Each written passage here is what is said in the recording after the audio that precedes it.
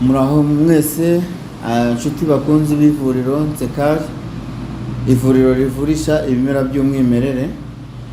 Turabashuhoje kandi tuboneyeho kubifuriza umwaka mushya muhire wa 2023. Umwaka tubifuriza ko mwawugiramo ubuzima buzira umuze, mwifashishije ivuriro ryacu Nsekari, ivuriro rivurisha ibimera by'umwimerere.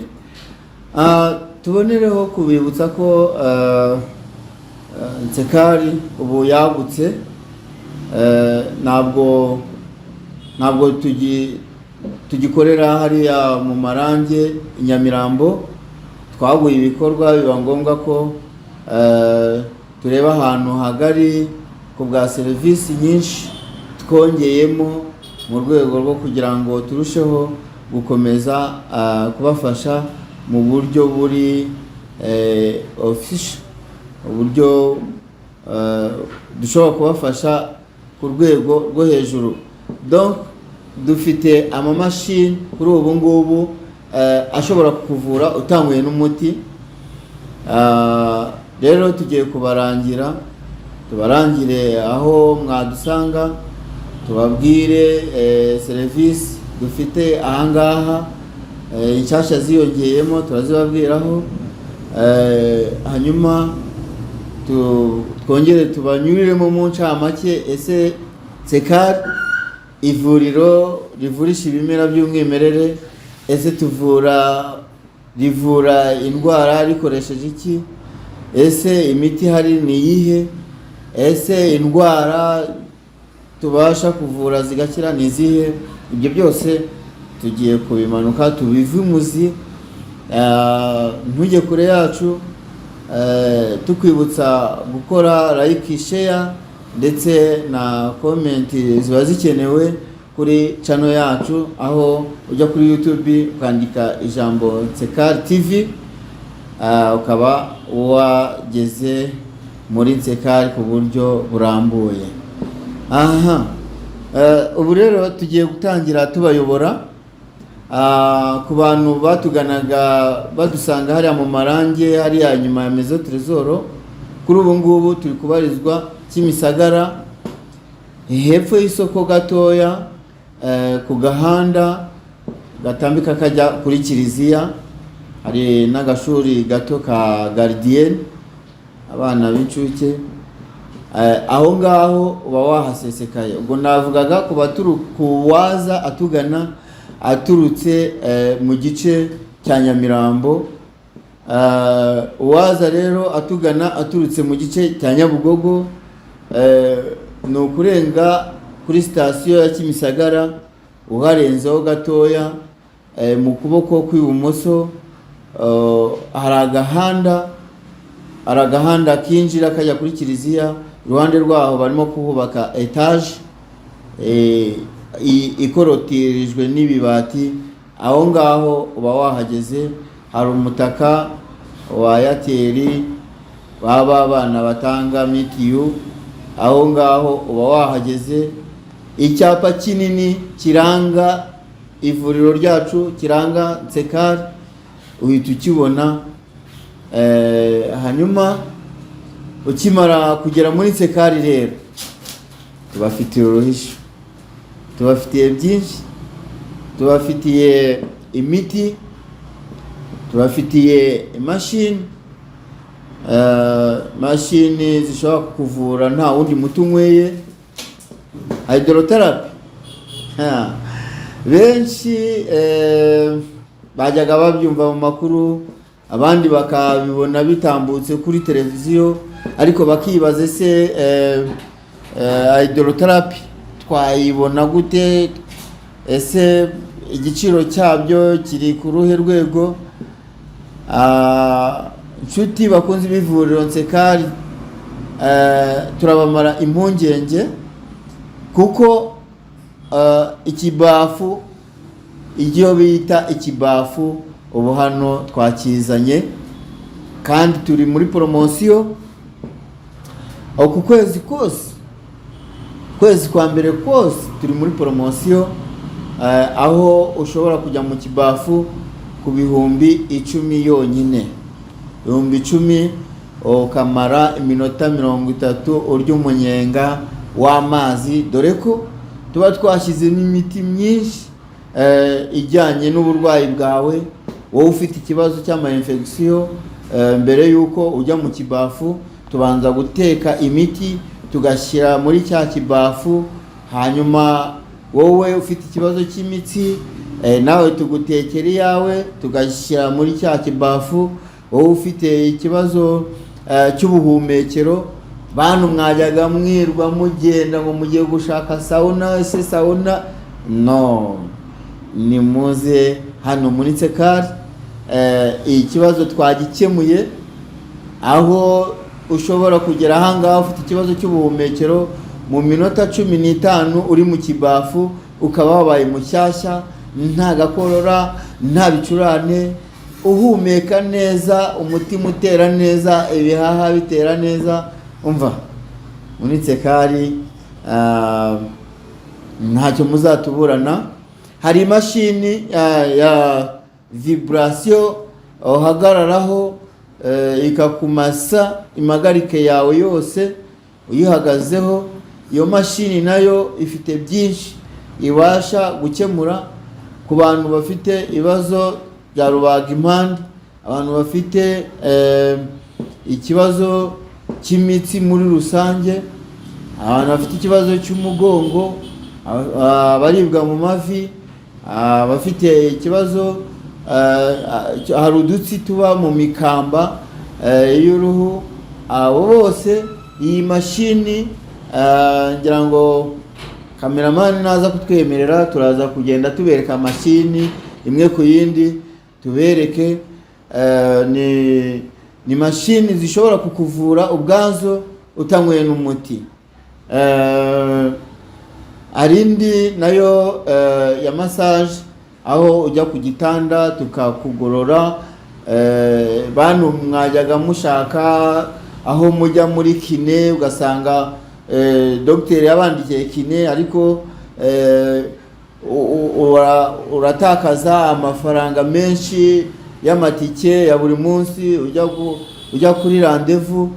Hano twakwegereye, hano muri Tsekari turagufasha kugorora umubiri wawe, turagufasha rwose wongere ugarure ubuyanja, wongere usimbuke rwose umusore nawe wari warahinamiranye ugendera ku kibando, ubasha gushyira akabando hasi rwose ugasimbuka nk'umusore.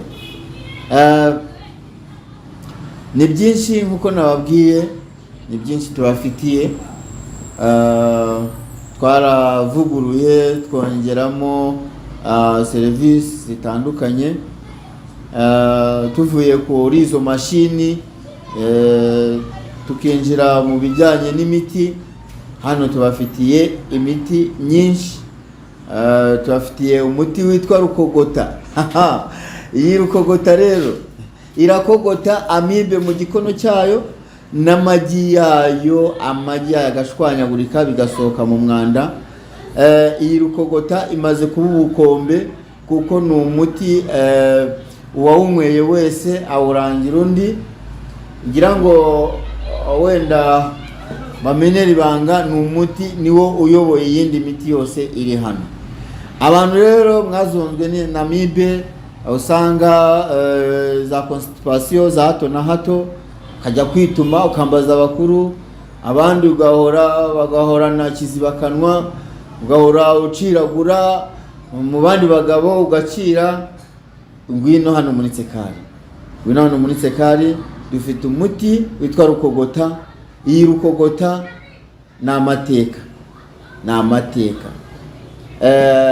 Mu mpano nziza twahawe na Rurema, tubasha kuvangavanga tugahuza imiti iyo hirya no hino itandukanye, hanyuma tukabasha kurema umuti. Aho ngaho niho rukogota yavuye, kandi imyaka tumaze kubayikoresheje barayirahira. Rukogota rero ni umuti ukemura ikibazo cya amibe ugatandukana nayo. Niba ushaka guca karande ya amibe mu muryango wawe, gana ivuriro Nsekari ribigufashemo. Tukiri kuri icyo kibazo cya amibe, hari n'ibinini byoza mu nda. Ibi binini rero bikora iki, bishinzwe iki? Ibi binini mbere y'uko ufata rukogota nibyo tubanza kuguha, ni ibinini bibiri tuguhereza ukabanza kubifata. Icyo gihe baba wateguye igikoma, ni itegeko. Yewe umuntu uvuga ngo sijyamo igikoma sinzi, icyo kinini kigusaba kuba wateguye igikoma kikaba kiri hariya. Mbere yo kugifata ufata ifunguro risanzwe, wamara kurya ugafata bya binini bibiri ukabimirisha igikoma. Then nyuma y'iminota 30 uba utangiye kugira impinduka mu nda yawe, haba hatangiye kuzamo imyivurumbagatanyo, ya myanda yose bitangiye kubaduka. Mu kanya gatoya rero ubwo urabyumva, ni ugutera agatebe hahandi imyanda yose ikabanza igapakururwa, koko igapakururwa. Nyuma y'ibyo binini rero rukogota uyifata bukeye bwaho. Rukogota noneho ikaza isongera hahandi hamwe wamaze gukubura, hamwe wamaze gukura umwanda, noneho rukogota igakora akazi kayo. Muntu wari warazengerejwe n'ikibazo cya amibe, urajya kurya ukareba ibiryo ku meza, ibiryo ukarwana nabyo, reka bikakunanira. Babyeyi mwari mufite abana, mushyira ku meza mukagomba kubanza kubaririmbira kugira ngo bakunde barye. No, hano muri Nsekari umuti witwa rukogota irakogota igashwanyaguza. Ngwino utugane, ubundi urabe wifitiye ibyo kurya rwose. Abana bawe bazamererwa neza, bashishe, bakure neza, bakurane ubwenge, bakurane igihagararo kizima. Twagiye dufite umuti w'ubuhumekero. Umuti w'ubuhumekero muri iyi minsi haba hari ibintu bijyanye n'amavumbi, ivumbi ryaba ritariho, ugasanga hari ibibazo by'ikirere cyahindaguritse, ugasanga rimwe na rimwe ubuhumekero bwabaye ikibazo. Abantu barahora bapfunapfuna, agakorora kadashira. Ikibazo cy'ubuhumekero hano muri Nsekari tubasha kugikemura. Nkuko nabibabwiye, hari uburyo bwinshi butandukanye. Hari uburyo bwo gukoresha umuti wa siro, urahari uteguye ubasha gukemura icyo kibazo. Hari uwo tubaha munywa mu cyayi, nawo ufite ubushobozi bwo gukemura icyo kibazo. Ndetse na bwa buryo bundi twavuze hejuru bwo kujya mu kibafu ukajya muri sauna original. Ni sauna iri ku rwego rwo hejuru, aho dufata ya miti yose tukayiteka tukayimena muri cya kibafu, mashini ikabanza ikayivanga, maze ubundi wamara kusesekaramo wagezemo hehe n'ikibazo cy'ubuhumekero. Aho rero tubasha koza ibihaha byawe. Muntu wakoresheje itabi ryinshi, igihaha cyawe kikaba cyarafimye, ushobora kuba utaranyweye n'itabi ariko ukaba warabaye ahantu hatumuka ibintu by'ivumbi cyane. Urebye ahanini ku bantu nk'abantu b'abarimu bakoresha ingwa cyane bandika, abantu bakunda guhora mu muhanda, ni abantu bakunda guhura n'ibyotsi bitandukanye, abantu bakora mu nganda. Abo bose rero turabashishikariza kuba mwatugana muri Nsekari, tukabasha kubaha umuti ubasha koza ibihaha byanyu, mukagaruka bundi bushya, mukongera rwose mukarema imbaraga z'umubiri, mukarema ubudahangarwa bw'umubiri. Cyane ko roho nzima itura mu mubiri muzima. nimugane rero ivuriro Tsekar aho tubafitiye umuti ubasha gukemura icyo kibazo cy'ubuhumekero, icyo kibazo ugatandukana nacyo. Tubafitiye umuti uvura umuvuduko w'amaraso, umuti w'umuvuduko w'amaraso. Umuvuduko w'amaraso benshi bibwira ko iyi ndwara idakira. Hano muri Tsekar tubasha kukuvura umuvuduko w'amaraso ugatandukana nawo burundu. Dufite imashini tubanza kugusuzuma, tugafata ibipimo byawe, twamara kubona igipimo uriho tukakugenera imiti dukurikije bya bipimo mashini yaduhaye. Tubasha kuvura ikibazo cy'umuvuduko w'amaraso kikarangira burundu, aho tugusezerera, aho ushobora kuzenguruka no mu bandi bavuzi ba dogiteri ba kizungu bakagukonfirima ko ikibazo wari ufite cyarangiye. Yewe muntu uhorera ibinini wagira ngo ni ibishyimbo wirwa wirenza bya buri munsi kubera ikibazo cy'umuvuduko w'amaraso, turakumara impungenge hano muri Tsekar. Tubasha kugukurikirana nibura mu minsi 30 ibipimo biba byamaze guhinduka. Dukomeza kugukurikirana mu nibura bitewe n'igipimo wari ufite, niba ari bwo kikwataka mu minsi 30 ushobora kuba tugusezereye wakize burundu. Ariko niba umaranye igihe ushobora gufata amezi 2 cyangwa amezi 3. Uwo umaranye igihe kinini kirenze niwe dushobora gufataho ya mezi 3 tukaba tumusezereye akaba akize burundu. Wowe rero ufite ikibazo cy'umuvuduko w'amaraso turakumara impungenge. Wowe uryama ugashikagurika rimwe na rimwe kubera umutima utera cyane bitewe na cya kibazo cy'umuvuduko, ugasanga rimwe na rimwe urahorana ubushyuhe bwa hato na hato, rimwe na rimwe urahorana umutwe udakira, rimwe na rimwe urahorana ubushyuhe mubiri wawe wose ukumva urashya. Oya, ngwino muri Tsekar tugufitiye igisubizo, ngwino tugufashe. Twagiye ku kibazo cy'ama infection. Infection badamu namwe bakobwa, ukuyeho ko n'abagabo nabo tutabibagiwe, kuko infection ni indwara yataka umuntu wari wese, yaba umukuru yaba n'umwana. Infection rwose ni indwara ishobora kwatakwa n'uwari we wese.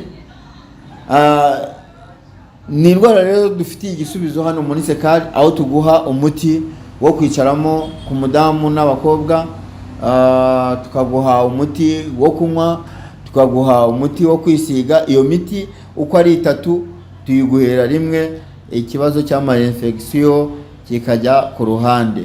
Wowe wari ufite ibibazo by'ama infection ugasanga rimwe na rimwe urahora wishima mu myanya y'ibanga, ugasanga rimwe na rimwe no mu mabanga y'urugo ugasanga gikorwa ntabwo kirimo kunyuramo ko bikwiye bitewe n'ikibazo cya infection. Ugasanga rimwe na rimwe urazana uduheri ku mwanya w'ibanga, ugasanga nawe ubwawe urijene, birakubangamiye. Wazengurutse amavuriro menshi, wagiye henshi hatandukanye, wabuze igisubizo. Ngwino muri Tsekar. Muri Tsekar tugufitiye uruhisho. Iyo miti yose uko nayikubwiye uko ari 3, hari uwo kwicaramo, ni umuti ufata ibiko 2 ukabiteka muri litiro 3 z'amazi, warangiza ukayungururaho hafi ya litiro, usigaye wose ukawusuka mu ibase. Muri ya basi ukarindira gato kabanza bikaba kazuyaze bigahora kugira ngo bitakotsa, hanyuma kakazuyaze ukakicaramo mu ibase iminota 15. Nyuma ya minota 15 rero wa wundi wayunguruyeho washyize mu gikombe muri hafi ya litiro urawunywa. Hanyuma wa wundi wo kwisiga rero uba ubonye akazi kawo, ni ukuvuga ngo wisiga uvuye muri yabasi wamaze iminota 15 ugahita wisiga. Hanyuma hakaba hasigaye wa wundi nanone wo kunywa. Uwo kunywa rero ni ibiyiko 3 unywa mu gitondo, ibindi 3 ukabinywa ku mugoroba. Infection tuguhereza iminsi 15, iminsi 15, ibyumweru 2 ukaba utandukanye n'ikibazo cy'ama infection. Yewe muntu wumvaga rwose wariyakiriye, wumvaga nta muti wabona, benshi rwose usanga hari benshi baje batugana bavuga bati se tuje n'ubundi twarazengurutse twararushye, ahasigaye twariyakiriye. Oya, ngwino muri Tsekari, ikibazo cy'ama infection uratandukana nacyo burundu. Hano muri Tsekari tugufitiye umuti uvura igifu. Yewe muntu ufite ikibazo cy'igifu, usanga igifu cyabaye igifu, agasabo k'indurwe kararekura acide nyinshi, rimwe na rimwe hari benshi bagaragaza ibimenyetso bitandukanye, nk'ikimenyetso cyo kuza nk'amatungo, ugasanga rwose umuntu w'umugabo aramara kurya akagarura ibyo yariye akuza, n'abadamu nuko. Rimwe na rimwe ukabona baragira ikirungurira cya hato na hato, ugasanga rimwe na rimwe harazamuka ibintu by'ibigaze bitwika, rimwe na rimwe urasepfura bya hato na hato, rimwe na rimwe urasanga uraribwa iki gice cy'inyuma mu bitugu ukaribwa cyane, rimwe na rimwe ukumva urashya mu nda, rimwe na rimwe ugatangira gukeka ko bakuroze cyangwa se ari ibindi, ari ibyo bakohereza, ari iki n'iki. Oya, ikibazo ibyo byose ni ibimenyetso bigaragaza biranga umurwayi w'igifu. Rero ngwino tugane, tugufitiye umuti ubasha gukemura icyo kibazo, igifu ugatandukana nacyo burundu. Erega igogora ubundi niryo rihatse umubiri wose muri rusange.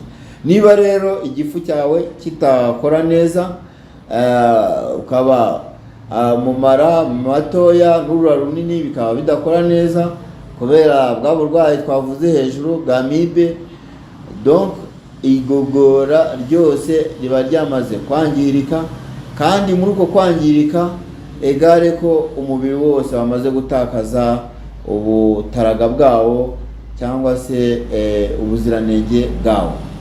Ngwino rero utugane hano muri Tsekari, turabasha kuvura uburwayi bw'igifu utandukane nabwo burundu. Ye muntu wari warazengerejwe n'ikibazo cy'impyiko, impyiko benshi usanga zibatera ikibazo cyo kwihagarika bya hato na hato, kubera ko impyiko ruhago rutagikora neza, rwatakaje imbaraga, imitsi yararegutse, uruganda ntabwo rukora neza, dore ko impyiko buriya ni narwo ruganda rwa mbere rutunganya amaraso. Impyiko rero tubasha kuzikurikirana tukakuvura, dore ko mbere yuko tunaguha umuti banza muri consultation tukagusuzuma impagarike yawe yose, buri rugengo rwawe rero dusanze rufite ikibazo. Hano muri Tsekari icyo dufite ni imiti. Mu mpano twahawe na Nyagasani, tubasha kuguha umuti twiteguriye, umuti twihamuriye, aho dukora urugendo tukagenda tukamanuka imisozi tukazamuka iyindi tugahamura, twamara guhamura tukaza tugategura, twamara gutegura umuti tukawuzana tukawugeza mu ivuriro, aho dutegereza wowe ndetse n'abandi batandukanye baza batugana kugira ngo tubafashe ku bibazo byinshi bitandukanye. Imiti rero ni iyacu, ni umuti utazasanga ahandi, umuti uzasangaho Nsekar Company Limited, ivuriro rivurisha ibimera by'umwimerere. Nta wundi uzaba yarawuteguye, niwe Dr. Alphonse murimo kuvugana. Rero tubasha kukuvura byinshi byimazeyo, aho dushobora kukuvura nanone ku burwayi bwerekeranye n'uruhu. Iyo ngeze kuri iyi ndwara bintera kwibuka benshi bagiye batugana, usanga abantu benshi uruhu rwabo rwarahindanye, ugasanga umuntu yabaye arasa na kaburimbo, ugasanga umuntu reka da uruhu rwarangiritse. Tutitaye ngo byavuye aha n'aha, byatewe n'iki. Ngwino tuguhe umuti uvura uruhu rwawe, uruhu wongere usubirane uruhu wahoranye kera, wongere rwose ugire uruhu ruzima rudafite inenge, rudafite ikibazo. Aho tugufitiye isabune yabigenewe ivura uburwayi bw'uruhu, aho tugufitiye amavuta yayo ajyana n'iyo sabune, icyo kibazo cy'uruhu ugatandukana nacyo burundu. Hari abantu bagira imvuvu ku badamu cyane, ndetse n'abagabo bakunze gutereka umusatsi, ugasanga barahorana igiti bashimashima mu musatsi wabo. Hari abantu bagira imiburu, ugasanga mu maso isura yarangiritse kubera imiburu, ugasanga yazanye amashyundu isura yose. Hari abantu bagira ibibazo by'ibihushi, ugasanga umusatsi washizeho kubera ibihushi, igihushi kikaza kikogosha umusatsi wose ugashiraho. Turakumara impungenge. Ngwino muri Nsekar, aho tubasha kukuvura uruhu rwawe, ukongera ugasubirana itoto ku mubiri wawe. Hari benshi usanga barazanya amabara wagira ngo ni madoadoa, umubiri wose, amaguru, kunda, umugongo, ugasanga kubera guhora yikwatagura kubera uburwayi bw'uruhu, ugasanga umubiri we wabaye madoadoa. Wamubona yambaye ubusa n'umutandukanye na ya myenda ingabo zacu z'igihugu zambara. Rero ngwino hano, ngwino tukuvure, wongere ugire isura, wongere rwose utambukanishe ija mu bandi bantu, wumve nta pfunwe ufite rwose, umeze neza. Tuguhereze aho tuguha isabune n'amavuta bijyana icyo kibazo cy'uruhu, ugatandukana nacyo burundu. Yewe muntu ufite ibibazo by'isukari, sukari, usanga benshi batakaje isukari, ugasanga isukari yabaye nkeya mu mubiri wawe. Hano muri Nsekar tugufitiye isukari y'umwimerere, isukari ikozwe mu gisheke, isukari itaranyuze mu ruganda, aho tugukamurira igisheke ukakibona ari umwimerere. Isukari rero turayifite ahangaha, aho ushobora kuba waragize ibyo bibazo byo gutakaza isukari, ugasanga umubiri wawe watangiye gucika intege, rimwe na rimwe ugasanga urahorana ibikezikezi mu maso, warambura amaso ngo ugiye kureba ugasanga harimo ibikezikezi, rimwe na rimwe ugasanga urahorana isereri ya hato na hato. Usanga ibyo ari bimwe mu bimenyetso biranga umuntu ufite ikibazo cy'isukari nkeya mu mubiri. Ngwino rero utugane, turabasha kugufasha, tuguhereze isukari yabigenewe. Nitukubwira isukari ntabwo tugutumye kujya kurya iriya yo mu nganda. Ngwino tuguhe isukari y'umwimerere. Hano dufite ubuki bwa kinyarwanda. hambere ahangaha nashimye leta y'u Rwanda ko yinjiye mu batubuzi batuburiraga abantu hirya no hino, gasanga baravangavanga ibintu by'umwanda biri aho ngaho ngo babahaye ubuki. Niba ushaka ubuki bwa kinyarwanda bwujuje ubuziranenge, bufite imbaraga, aho twebwe tubwikurira ku muvumvu, bugahakurwa tureba, bugakamurwa tureba, tukabuzana, cyane ko buri muri bimwe twifashisha dutegura imiti yacu. Ngwino rero utugane tuguhereze ubuki bwiza, ubuki bw'umwimerere, ubuki bufite imbaraga. Hano muri Tsekari Company dufite byinshi, dufite uruhisho, aho tubafitiye umuti ubasha gukemura ikibazo cy'uruhara. Ninjye ahangaha bavandimwe, dufite umuti ahangaha ubasha gukemura ikibazo cy'uruhara.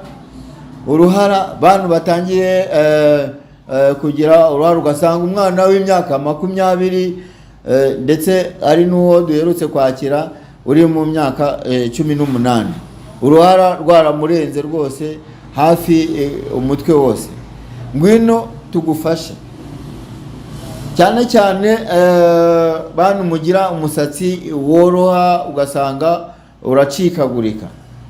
Ngwino tuguhe umuti ubasha gukomeza umusatsi wawe ndetse ukanakurinda kuba wagira uruhara. Nawe rwamaze kuza, ngwino tugufashe, aho tuguhereza umuti ubasha kumeza umusatsi ndetse n'uwari uhari ugakomera, kandi noneho ni umuti ubasha kuzamura vitamini, donc wongera vitamini mu musatsi, ku buryo aho wari utangiye gucika intege, aho vitamini zari zitangiye kuba nkeya mu musatsi, wongera kurema izindi ntungamubiri mu mutwe wawe, ku buryo umusatsi uvayo wose, kongera rwose ugasokoza, abogosha ibisunzu bakogosha, abatega urugori bagatega urugori, kubera Tsekari yarateguye. Tsekari tubafitiye byinshi, Tsekari tubafitiye uruhisho. Ni mutugane bantu mwazahajwe, usanga abantu umwijima benshi bakunze kwita ngo ni urushwima, abandi ngo sinzi. Umva, hano tugufitiye umuti ubasha kuvura umwijima,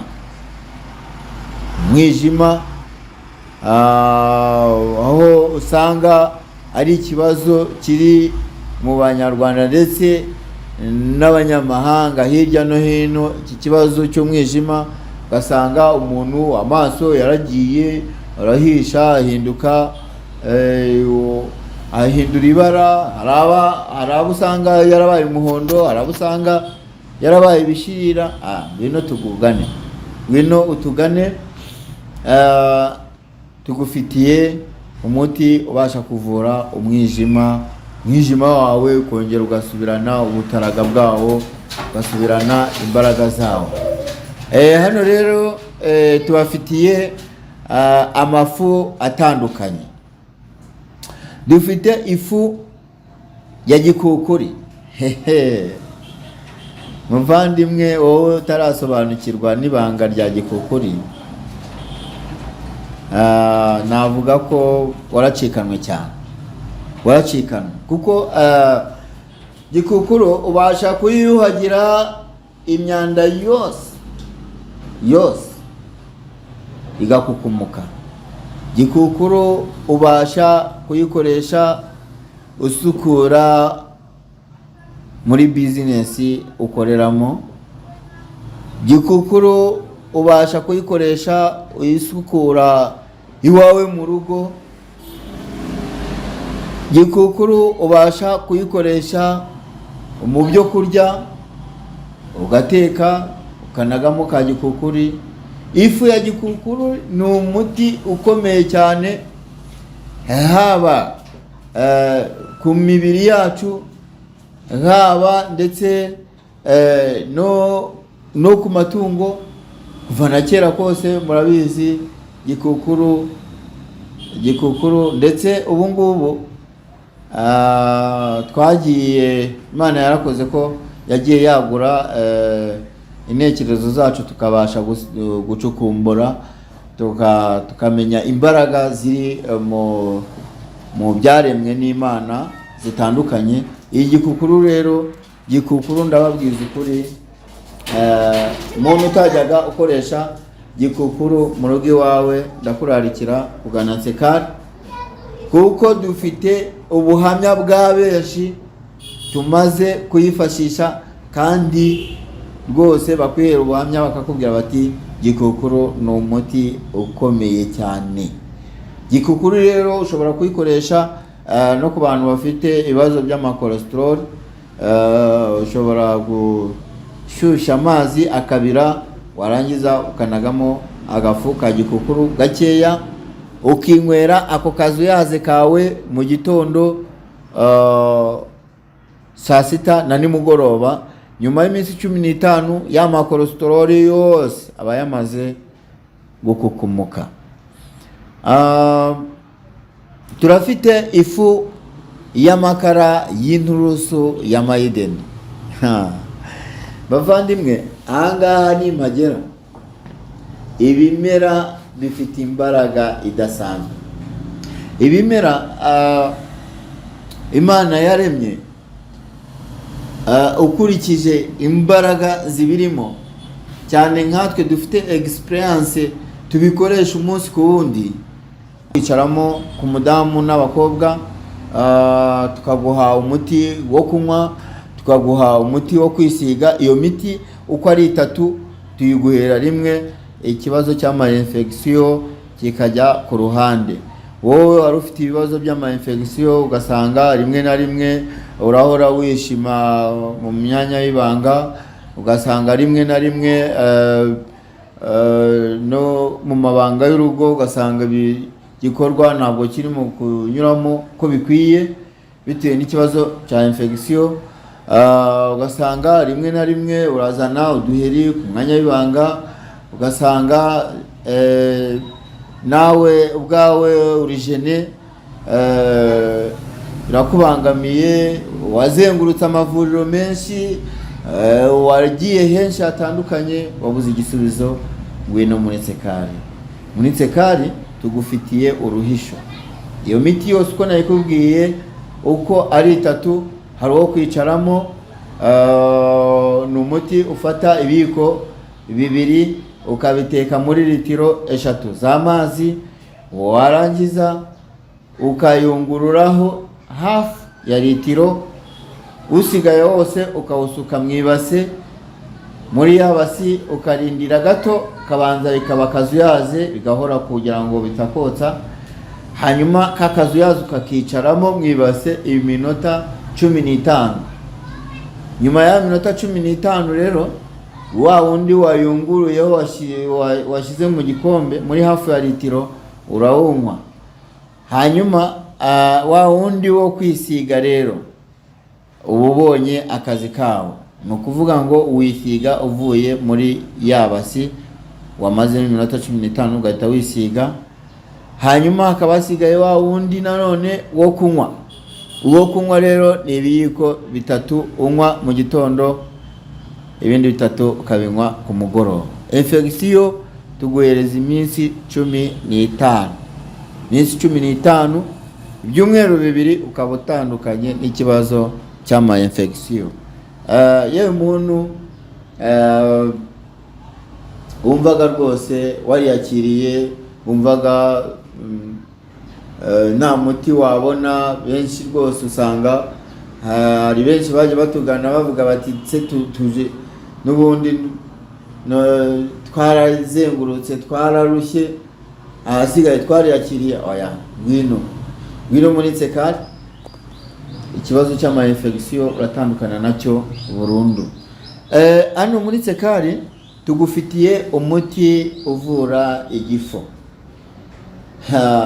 Yewe muntu ufite ikibazo cy'igifu, usanga igifu cyabaye igifu, agasabo k'indurwe kararekura acide nyinshi, rimwe na rimwe hari benshi bagaragaza ibimenyetso bitandukanye, nk'ikimenyetso cyo kuza nk'amatungo, ugasanga rwose umuntu w'umugabo aramara kurya akagarura ibyo yariye akuza, n'abadamu nuko, rimwe na rimwe ukabona baragira ikirungurira cya hato na hato, ugasanga rimwe na rimwe harazamuka ibintu by'ibigaze bitwika, rimwe na rimwe urasepfura bya hato na hato, rimwe na rimwe urasanga uraribwa iki gice cy'inyuma mu bitugu ukaribwa cyane,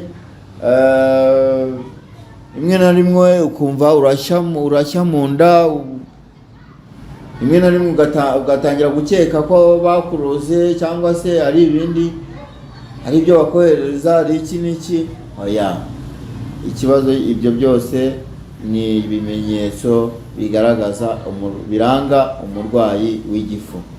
Rero ngwino tugane, tugufitiye umuti ubasha gukemura icyo kibazo, igifu ugatandukana nacyo burundu. Erega igogora ubundi niryo rihatse umubiri wose muri rusange. Niba rero igifu cyawe kitakora neza, ukaba mu mara matoya n'urura runini bikaba bidakora neza kubera bwa burwayi twavuze hejuru bwa amibe, donc igogora ryose riba ryamaze kwangirika, kandi muri uko kwangirika egare ko umubiri wose wamaze gutakaza ubutaraga bwawo cyangwa se ubuziranenge bwawo. Ngwino rero utugane hano muri Tsekar, turabasha kuvura uburwayi bw'igifu utandukane nabwo burundu. Ye muntu wari warazengerejwe n'ikibazo cy'impyiko, impyiko benshi usanga zibatera ikibazo cyo kwihagarika bya hato na hato, kubera ko impyiko ruhago rutagikora neza, rwatakaje imbaraga, imitsi yararegutse, uruganda ntabwo rukora neza, dore ko impyiko buriya ni narwo ruganda rwa mbere rutunganya amaraso. Impyiko rero tubasha kuzikurikirana tukakuvura, dore ko mbere yuko tunaguha umuti banza muri consultation tukagusuzuma impagarike yawe yose, buri rugengo rwawe rero dusanze rufite ikibazo. Hano muri Tsekar icyo dufite ni imiti mu mpano twahawe na Nyagasani, tubasha kuguha umuti twiteguriye, umuti twihamuriye, aho dukora urugendo tukagenda tukamanuka imisozi tukazamuka iyindi tugahamura, twamara guhamura tukaza tugategura, twamara gutegura umuti tukawuzana tukawugeza mu ivuriro, aho dutegereza wowe ndetse n'abandi batandukanye baza batugana kugira ngo tubafashe ku bibazo byinshi bitandukanye. Imiti rero ni iyacu, ni umuti utazasanga ahandi, umuti uzasangaho Tsekar Company Limited, ivuriro rivurisha ibimera by'umwimerere. Nta wundi uzaba yarawuteguye, niwe Dr. Alphonse murimo kuvugana. Rero tubasha kukuvura byinshi byimazeyo, aho dushobora kukuvura nanone ku burwayi bwerekeranye n'uruhu. Iyo ngeze kuri iyi ndwara bintera kwibuka benshi bagiye batugana, usanga abantu benshi uruhu rwabo rwarahindanye, ugasanga umuntu yabaye arasa na kaburimbo, ugasanga umuntu reka da uruhu rwarangiritse. tutitaye ngo byavuye aha n'aha byatewe n'iki.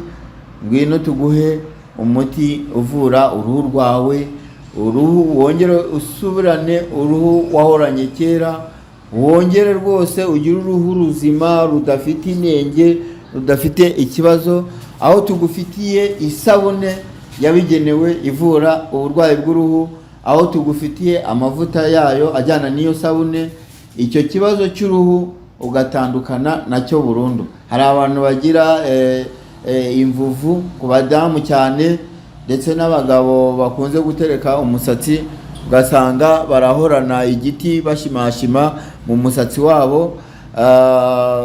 Hari abantu bagira imiburu, ugasanga mu maso isura yarangiritse kubera imiburu, ugasanga yazanye amashyundu isura yose. Hari abantu bagira ibibazo by'ibihushi, ugasanga umusatsi washizeho kubera ibihushi, igihushi kikaza kikogosha umusatsi wose ugashiraho.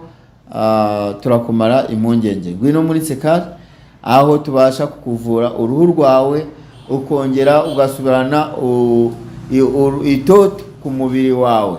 Hari benshi usanga barazanye amabara wagira ngo ni madowadowa, umubiri wose, amaguru, kunda, umugongo, ugasanga kubera guhora yikwatagura kubera uburwayi bw'uruhu, ugasanga umubiri we wabaye madowadowa.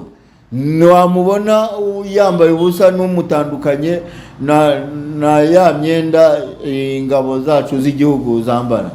Rero ngwino hano, ngwino tukuvure, wongere ugire isura, wongere rwose utambukanishe ija mu bandi bantu, wumve nta pfunwe ufite rwose, umeze neza. Tuguhereze aho tuguha isabune n'amavuta bijyana icyo kibazo cy'uruhu, ugatandukana nacyo burundu. Yewe muntu ufite ibibazo by'isukari, sukari, usanga benshi batakaje isukari, ugasanga isukari yabaye nkeya mu mubiri wawe. Hano muri Sekari tugufitiye isukari y'umwimerere, isukari ikozwe mu gisheke, isukari itaranyuze mu ruganda, aho tugukamurira igisheke ukakibona ari umwimerere. Isukari rero turayifite ahangaha, aho ushobora kuba waragize ibyo bibazo byo gutakaza isukari, ugasanga umubiri wawe watangiye gucika intege, rimwe na rimwe ugasanga urahorana ibikezikezi mu maso, warambura amaso ngo ugiye kureba ugasanga harimo ibikezikezi, rimwe na rimwe ugasanga urahorana isereri ya hato na hato. Usanga ibyo ari bimwe mu bimenyetso biranga umuntu ufite ikibazo cy'isukari nkeya mu mubiri. Ngwino rero utugane, turabasha kugufasha, tuguhereze isukari yabigenewe. Nitukubwira isukari ntabwo tugutumye kujya kurya iriya yo mu nganda. Ngwino tuguhe isukari y'umwimerere. Hano dufite ubuki bwa kinyarwanda. Hambere ahangaha nashimye leta y'u Rwanda ko yinjiye mu batubuzi batuburiraga abantu hirya no hino, ugasanga baravangavanga ibintu by'umwanda biri aho ngaho ngo babahaye ubuki. Niba ushaka ubuki bwa kinyarwanda bwujuje ubuziranenge, bufite imbaraga, aho twebwe tubwikurira ku muvumvu, bugahakurwa tureba, bugakamurwa tureba, tukabuzana, cyane ko buri muri bimwe twifashisha dutegura imiti yacu. Ngwino rero utugane tuguhereze ubuki bwiza, ubuki bw'umwimerere, ubuki bufite imbaraga. Hano muri Sekari Company dufite byinshi, dufite uruhisho, aho tubafitiye umuti ubasha gukemura ikibazo cy'uruhara. Ninjye ahangaha bavandimwe, dufite umuti ahangaha ubasha gukemura ikibazo cy'uruhara. Uruhara bantu batangiye kugira uruhara, ugasanga umwana w'imyaka 20 ndetse ari n'uwo duherutse kwakira uri mu myaka 18, uruhara rwaramurenze rwose hafi umutwe wose. Ngwino tugufashe, cyane cyane bantu mugira umusatsi woroha ugasanga uracikagurika.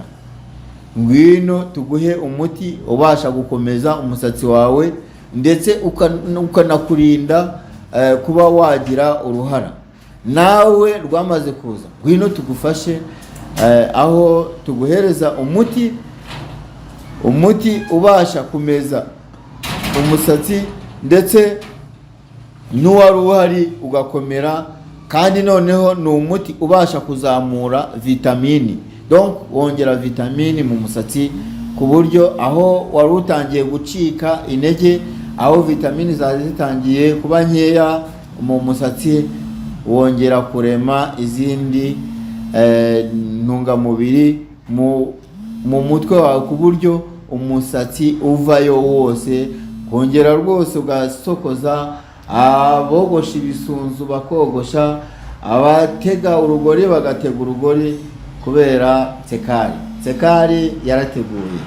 Sekari tubafitiye byinshi, Sekari tubafitiye uruhisho. Ni mutugane bantu mwazahajwe, usanga abantu umwijima benshi bakunze kwita ngo ni urushwima, abandi ngo sinzi. Umva, hano tugufitiye umuti ubasha kuvura umwijima. Aho usanga ari ikibazo kiri mu Banyarwanda ndetse n'abanyamahanga hirya no hino. Iki kibazo cy'umwijima, ugasanga umuntu amaso yaragiye arahisha, ahindura ibara. Hari abo usanga yarabaye umuhondo, hari abo usanga yarabaye ibishirira.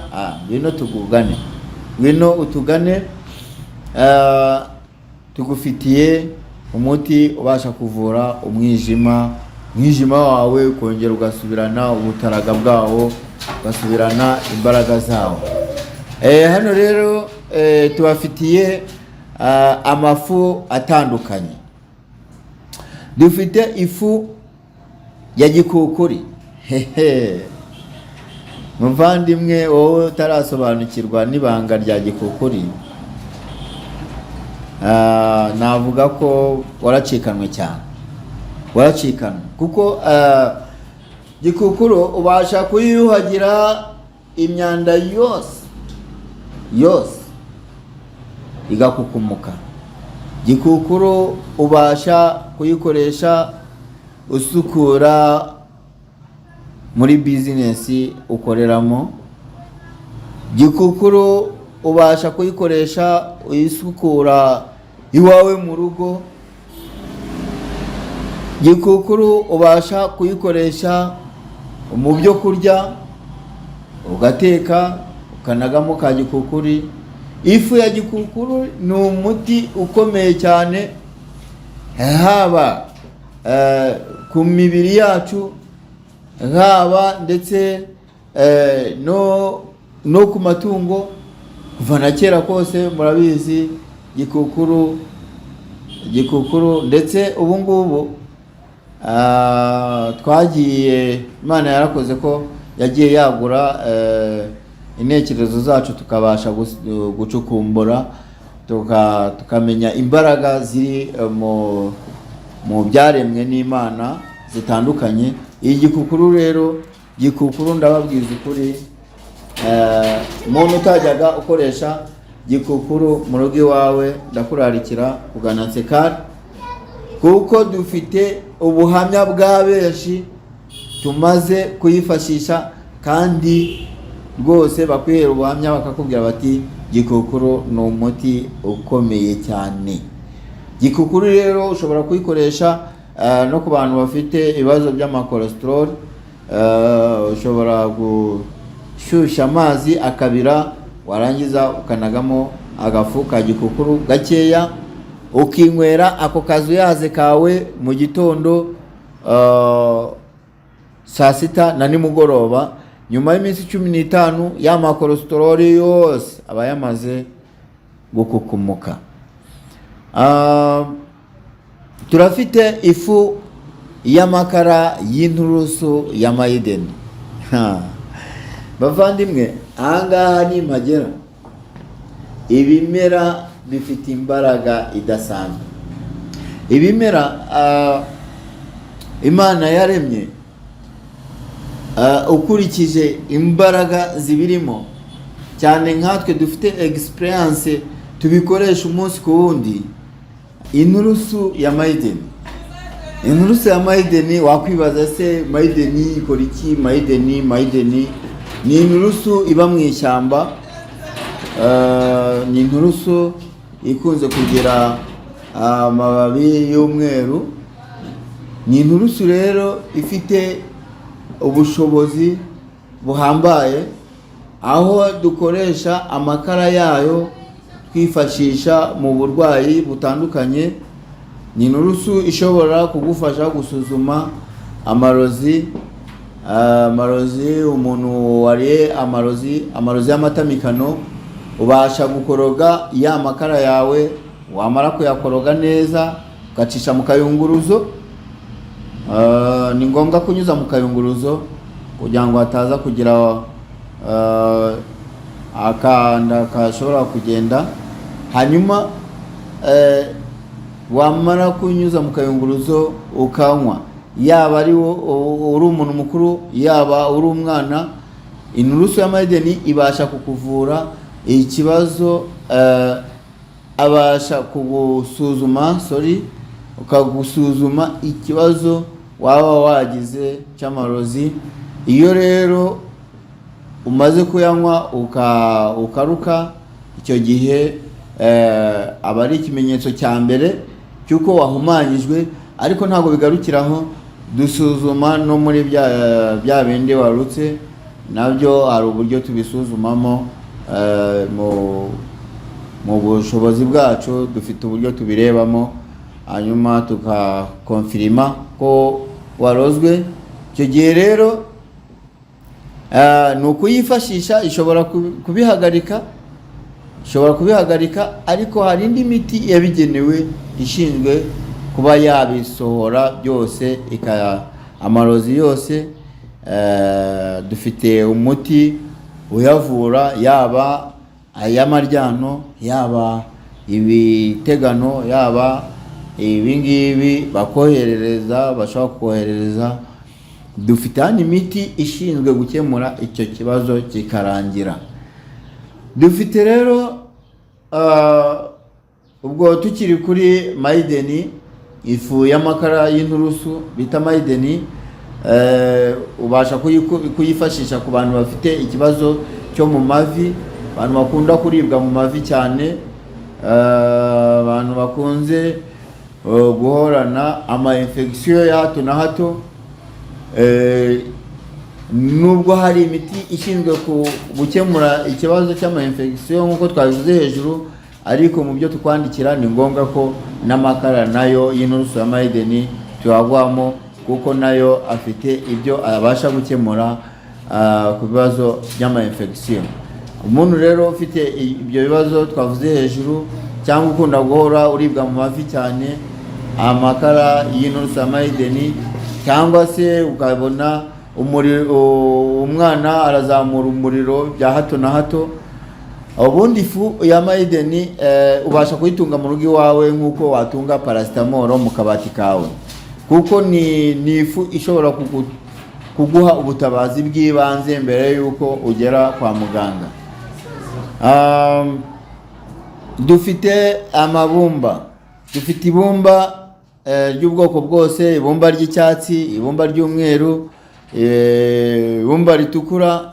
Aya ni amabumba ushobora kwifashisha muri kwa kuvura imitsi, imvune, ndetse no ku badamu batwite. Ibumba ry'icyatsi bararikunda cyane. Ibumba ry'icyatsi ribasha kuvura kandi rigafasha rigakingira uburwayi butandukanye.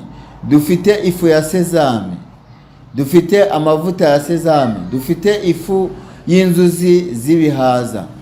Bavandimwe, dufite byinshi hano. Dufite imbuto za chia seed, dufite amavuta ya elayo, dufite byinshi. Tubafitiye uruhisho, tubasha kuvura uburwayi bwinshi butandukanye, kandi ibibazo wari ufite bigakemuka mu gihe gitoya. Soje rero mbashimira cyane, nshimira cyane abantu bamaze kutugana, babonye serivisi dutanga, aho badahwema kutwoherereza abandi. Nshishikariza namwe mwari mutari mwamenya ibyiza bya Nsekari, yuko mwaza tukabafasha, kandi mbonereho kubibutsa kudusura kuri channel yacu.